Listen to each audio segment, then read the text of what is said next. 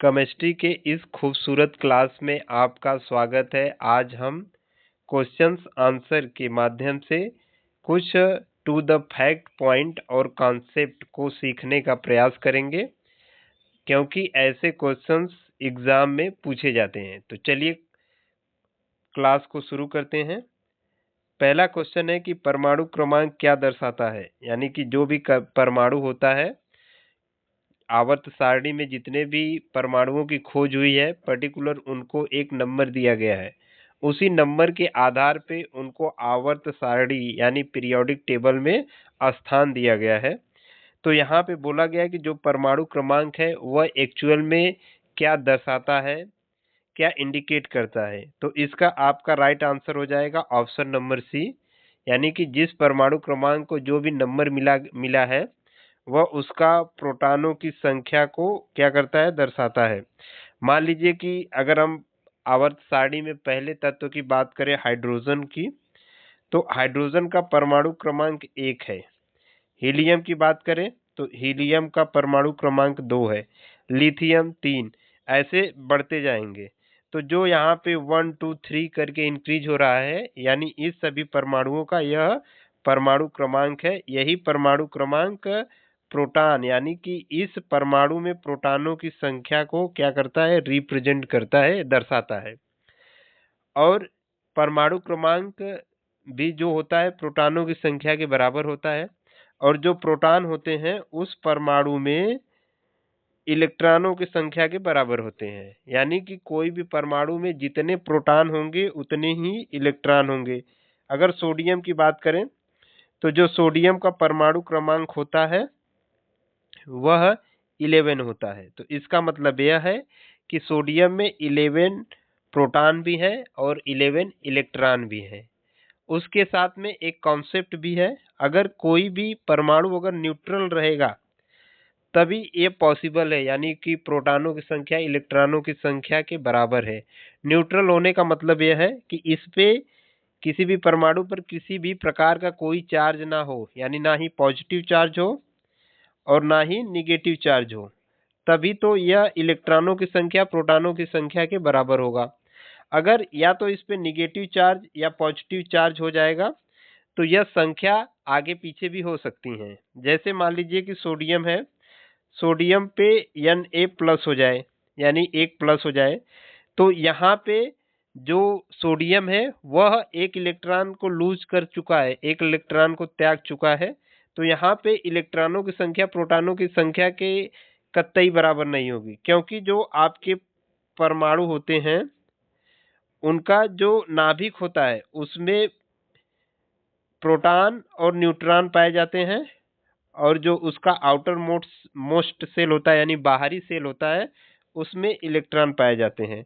तो जब भी कोई परमाणु या तो प्लस चार्ज होता है या तो माइनस चार्ज होता है, तो उसका मीनिंग यही होता है कि उनमें से एक इलेक्ट्रॉन या तो बाहर की तरफ यानी लूज हो चुका है या एक इलेक्ट्रॉन वो एक्सेप्ट कर चुका है। जैसे क्लोरीन की बात करें तो क्लोरीन Cl माइनस होता है, यानी सोडियम क्या किया इसमें कि एक इलेक्ट्रॉन को त्याग कर चुका है, और क्लोरीन क्या किया है, एक इलेक्ट्रॉन को ग्रहण कर चुका है, एक्सेप्ट कर चुका है। तो यहाँ पे प्रोटॉनों की संख्या के बराबर इलेक्ट्रॉनों की संख्या नहीं हो सकती है। ये आपका बहुत ही इंपॉर्टेंट कॉन्सेप्ट है। अब इसके और फैक्ट की बात करें तो यहाँ पे दिया गया द्रव्यमान संख्या। द्रव्यमान संख्या किसी भी परमाणु के नाभिक में जो प्रोटॉन और न्यूट्रॉन का सम होता है उसी को द्रव्यमान संख्या कहते हैं। परमाणु क्रमांक क्या होता है, किसी तत्व के परमाणु में मौजूद प्रोटॉनों की संख्या को परमाणु क्रमांक कहते हैं। साथ ही में इसके जो भी आपके एक्स्ट्रा पॉइंट थे उसको भी हम लोग डिस्कस कर लिए हैं। चलिए अगले क्वेश्चन की तरफ बढ़ें। अगला क्वेश्चन है, सबसे अधिक विद्युत ऋणात्मकता तत्व कौन सा है।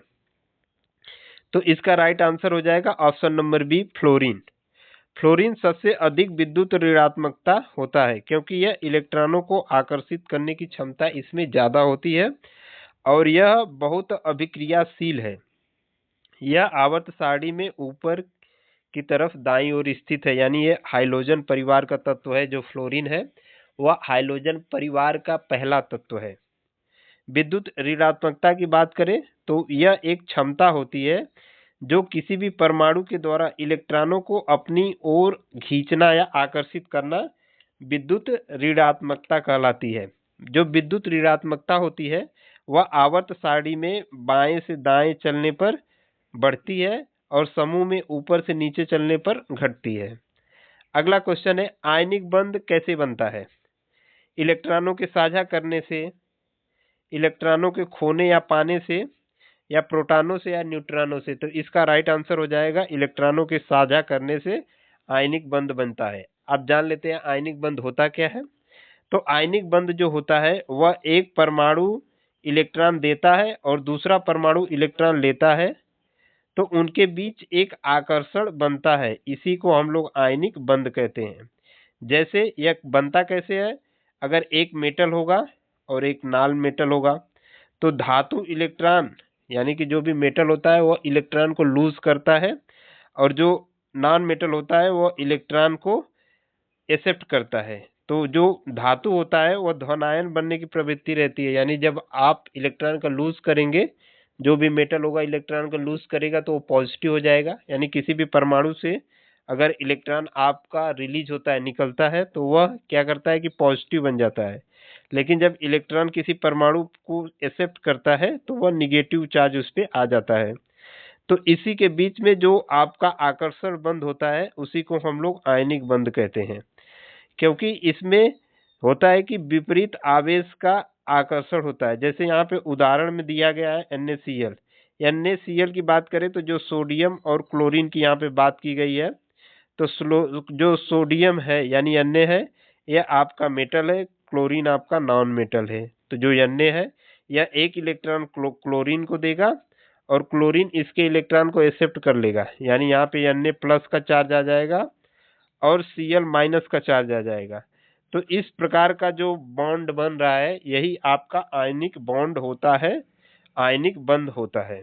अगला क्वेश्चन हमारा है, NaCl किस प्रकार का यौगिक है? यानी कि यह एक प्रकार का आयनिक यौगिक है। हमने इसके पहले ही पढ़ लिया है कि Na प्लस चार्ज करता है और Cl माइनस चार्ज करता है और इलेक्ट्रॉनों का स्थानांतरण होता है, जिससे एक ठोस क्रिस्टल बन जाता है जो वाटर यानी पानी में डिसॉल्व हो जाता है। अगला क्वेश्चन है, गैस का आयतन किसके प्रभावित होता है? किससे प्रभावित होता है? तो जो गैस का आयतन होता है वह कण, यहाँ पे जैसे ताप, दाब, कणों की संख्या, सभी, यानी इसका राइट आंसर हो जाएगा ऑप्शन नंबर डी, गैस सभी से प्रभावित होता है। ताप बढ़ने से गैस का आयतन बढ़ता है, यानी कि जो गैस के मॉलिक्यूल्स होते हैं वैसे ही आपके काफी दूर दूर होते हैं, अगर उसको आप टेम्परेचर और देंगे तो और यह दूर दूर तक फैलना स्टार्ट कर देंगे। यानी ताप बढ़ने पर आयतन बढ़ता है, दाब बढ़ने पर आयतन घटता है, यानी कि जब आप गैस को कंप्रेस भी कर सकते हैं यानी संपीड़ित भी कर सकते हैं। तो यह भी आपका राइट हो जाएगा। कण संख्या का से भी असर पड़ता है, यानी कि अगर आयतन में इनकी कणों की संख्या ज्यादा हो गैस की तो भी इस पे इफेक्ट डालता है। यहाँ पे 2 पॉइंट दिया है, यह बहुत आसानी से संपीड़ित यानी कंप्रेस हो जाते हैं, यानी जब इनको आप दबा के रखते हैं, जैसे एलपीजी हो गया, एलपीजी में भी गैस ही होती है, तो इसको क्या करते हैं कि बहुत कंप्रेस कर देते हैं तो यह लिक्विड में कन्वर्ट हो जाता है, यानी उसके मॉलिक्यूल्स बहुत पास पास आ जाते हैं तो वो चिपक जाते हैं तो वो लिक्विड बन जाता है और यह तेजी से फैलती भी है गैस। इसके दो विशेषता ये भी है, और यह ताप, दाब और कणों की संख्या पे भी निर्भर होता है। तो इस प्रकार इसका राइट आंसर हो जाएगा ऑप्शन नंबर डी। अगला क्वेश्चन है, पीएच इक्वल टू 7 का घोल कैसा होगा? तो यह एक उदासीन घोल होगा। उदासीन घोल का होने का मतलब यह है कि कोई भी घोल है उसमें H प्लस और OH माइनस की संख्या अगर बराबर होती है तो वह घोल आपका न्यूट्रल होता है, उदासीन होता है। जैसे आपका शुद्ध जल हो गया, जो शुद्ध जल का पीएच होता है वह 7 होता है, शुद्ध जल का पीएच 7 होता है। तो जो शुद्ध जल होता है उसमें H प्लस और OH माइनस की संख्या बराबर होती है। अब इसकी बात कर लेते हैं, पीएच क्या होता है?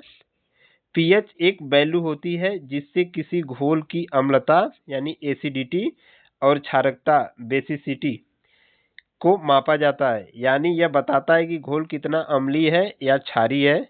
इसके लिए एक स्केल का यूज किया जाता है जो पीएच स्केल होता है।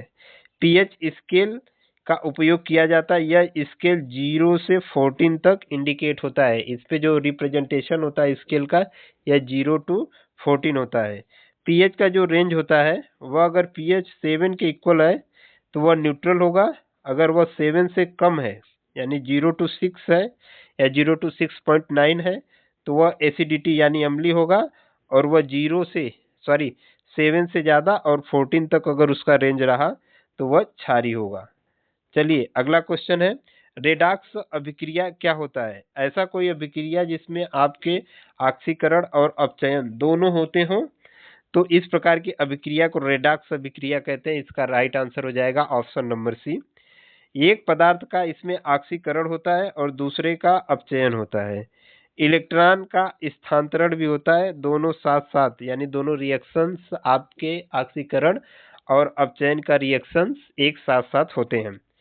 अब इसके ऑक्सीकरण और अपचयन क्या होते हैं इसको भी देख लेते हैं। ऑक्सीकरण जो होता है ऑक्सीडेशन, यानी कि कोई भी आपका परमाणु होगा वो या तो इलेक्ट्रॉन का लूज करेगा, इलेक्ट्रॉन को खो देगा, या ऑक्सीजन उससे जुड़ जाएगा, या हाइड्रोजन उससे हट जाएगा। यह तीनों कॉन्सेप्ट यानी ये तीनों पॉइंट याद रखना है कि किसी भी परमाणु का ऑक्सीकरण कब होगा, या तो इलेक्ट्रॉन को लूज कर दे, या तो ऑक्सीजन से जुड़ जाए, या तो हाइड्रोजन वहां से हट जाए उस रिएक्शन से, यानी उस परमाणु से। तो इस परमाणु के साथ ऑक्सीकरण का प्रोसेस अप्लाई होगा। अगर वहीं अपचयन की बात करें, रिडक्शन की बात करें, तो उससे या तो इलेक्ट्रॉन एक्सेप्ट कर लेगा, प्राप्त कर लेगा, या ऑक्सीजन हट जाएगा और हाइड्रोजन जुड़ जाएगा। यह ऑक्सीकरण यानी ऑक्सीडेशन और रिडक्शन दोनों एक दूसरे के अपोजिट प्रोसेस हैं, अपोजिट हो रहा है सब। क्योंकि यहाँ पे अगर इलेक्ट्रॉन को लूज कर रहा है तो इसका इलेक्ट्रॉन को क्या कर रहा है, एक्सेप्ट कर रहा है। ऑक्सीजन इसमें जुड़ रहा है तो ऑक्सीजन इसमें हट रहा है। हाइड्रोजन का हटना और हाइड्रोजन का जुड़ना दोनों एक दूसरे के अपोजिट प्रोसेस हैं, प्रक्रिया हैं। तो इसमें अपचयन और ऑक्सीकरण, जो ऑक्सीकरण है यानी ऑक्सीडेशन है और रिडक्शन है, यह तीनों में से कोई एक पॉइंट इसमें अप्लाई हुई, मान लीजिए ऑक्सीजन का खोना और इलेक्ट्रॉन का खोना और इलेक्ट्रॉन का प्राप्त करना, अगर एक भी हुआ इन तीनों में से किसी भी परमाणु के साथ में, तो वह ऑक्सीकरण अपचयन का एग्जाम्पल होगा। अगला क्वेश्चन है, ऑक्सीकरण का अर्थ क्या होता है? तो यहीं पे आपका दिया गया ऑक्सीकरण के 3 पॉइंट है। तो इस पॉइंट में से इलेक्ट्रॉन का प्राप्त करना, अगर इलेक्ट्रॉन प्राप्त करेगा तो वो आपका रिडक्शन हो जाएगा, अपचयन हो जाएगा, तो ये होगा नहीं। इलेक्ट्रॉन का खोना, यहाँ पे देखिए इलेक्ट्रॉन का खोना, यानी इसका राइट आंसर हो जाएगा ऑप्शन नंबर बी। ऑक्सीकरण का यही अर्थ है। और जो ऑक्सीकरण होता है उसमें इलेक्ट्रॉन का नुकसान होता है और ऑक्सीजन का जुड़ाव होता है और हाइड्रोजन का वहां से हटना, यह रेडॉक्स अभिक्रिया का एक पार्ट होता है। अगला क्वेश्चन है, सबसे कठोर प्राकृतिक पदार्थ कौन सा होता है? तो वैसे तो सबसे कठोर प्राकृतिक पदार्थ इसमें आपका राइट आंसर हो जाएगा हीरा, option number C, no doubt. हीरा कार्बन का एक रूप होता है, अपरूप होता है। इसमें सबसे मजबूत सहसंयोजक बंध होते हैं। यह बहुत कठोर होता है और कटिंग में काम आता है। अब इससे कुछ इंपॉर्टेंट फैक्ट देख लेते हैं। अगर सबसे कठोर धातु की बात की जाए तो उसमें आपका सबसे कठोर धातु हो जाएगा टंगस्टन, फिर उसके बाद आता है क्रोमियम, फिर टाइटेनियम। यानी अगर धातु की बात करेगा तो टंगस्टन, क्रोमियम, टाइटेनियम। अगर सबसे कठोर अधातु की बात करेगा तो उसमें आपका हीरा आ जाएगा, हीरा, बोरान और सिलिकॉन। अगर ओवरऑल देखा जाए धातु और अधातु में भी सबसे कठोर की बात की जाए तो वो आपका पदार्थ में हीरा आ जाएगा और धातु में क्या आ जाएगा, टंगस्टन आ जाएगा। यह पॉइंट आपके लिए काफी इंपॉर्टेंट होगा क्योंकि सभी लोग जानते हैं कि सबसे कठोर पदार्थ क्या होता है, तो हीरा होता है। लेकिन अगर सबसे कठोर धातु की बात की जाए तो वो आपका टंगस्टन होता है। यह पॉइंट याद रखिएगा। अगले क्वेश्चन की तरफ बढ़ते हैं। अगला क्वेश्चन है, धातु का गुण कौन सा है? यानी भंगुर होता है, चालक होता है, नाजुक होता है, हल्का। इसका राइट आंसर हो जाएगा ऑप्शन नंबर बी, धातु चालक होता है, यानी उसमें से इलेक्ट्रॉन का फ्लो करता है, इलेक्ट्रिसिटी फ्लो कर सकती है धातु में। तो जो धातु होते हैं वो बिजली के अच्छे चालक होते हैं, ऊष्मा को प्रभावित करते हैं, लचीले होते हैं और चमकदार होते हैं। इसके कुछ विशेषताएं हैं, यहाँ पे दिया गया है धातु की, जो मेटल्स के हैं। अगला क्वेश्चन है, अम्ल किसे कहते हैं? तो अम्ल होता जो है कि जो H+ यानी जिसे डिजोल्व करने पे, जिसे घोलने पर अगर वो उसमें से H+ आयन आता है तो वह आपका अम्ल होता है। यानी कि इसका राइट आंसर हो जाएगा ऑप्शन नंबर बी। अगर OH- देता है तो वो क्षार होता है। और यह पानी में घुलते हैं, और ये जो स्वाद में होते हैं, अम्ल जो होते हैं स्वाद में खट्टे होते हैं, और वो लिटमस का जो पेपर होता है उसे नीले से लाल कर देता है, जो आपका एसिड होता है, अम्ल होता है।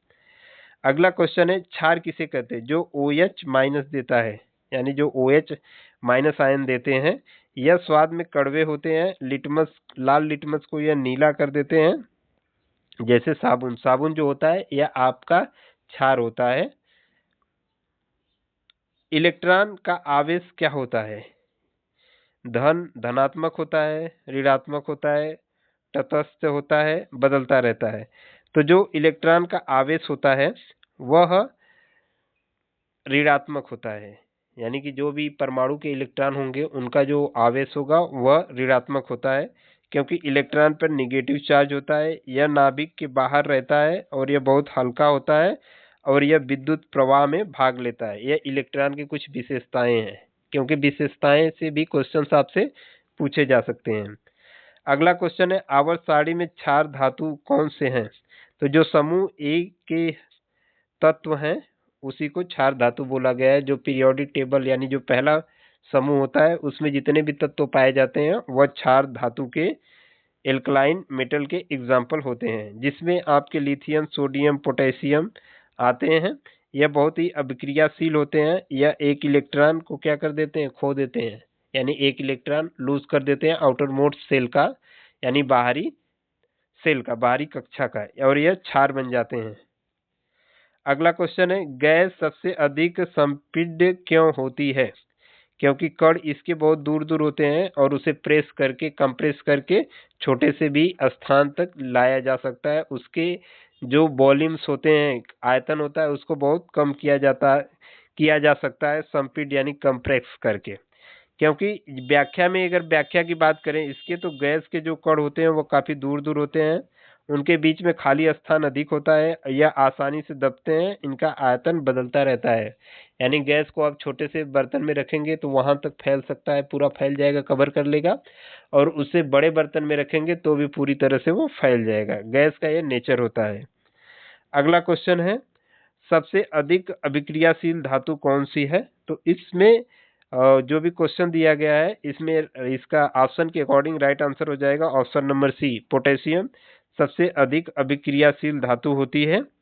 यह पानी के साथ भी क्या कर लेती है? रिएक्शन कर लेती है, प्रतिक्रिया कर लेती है, और यह समूह एक में यानी समूह 1 में आती है, और इसमें आसानी से इलेक्ट्रॉन लूज करने की प्रवृत्ति होती है पोटेशियम में।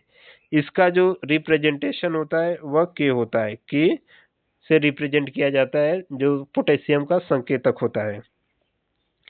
ऑक्सीजन का उपयोग कहाँ होता है? तो जो ऑक्सीजन है उसका उपयोग तीनों में होता है, यानी चिकित्सा, दहन, श्वसन में, तीनों में ऑक्सीजन, तीनों में इसका यूज किया जाता है, क्योंकि यह श्वसन, किसी चीज को जलने और अस्पतालों में सांस लेने के लिए काफी इंपॉर्टेंट है, क्योंकि यह जीवन के लिए एक आवश्यक गैस होती है ऑक्सीजन। अगला क्वेश्चन है, कार्बन में कितने संयोजक इलेक्ट्रॉन होते हैं? तो जो कार्बन है उसमें 4 संयोजक इलेक्ट्रॉन होते हैं, क्योंकि यह 4 बंध बनाता है। जो कार्बन होता है यह 4 बॉन्ड बनाता है, और जैविक रसायन के लिए महत्वपूर्ण होता है और जीवन का आधार है। इस प्रकार आज के वीडियो में बस इतना ही। धन्यवाद।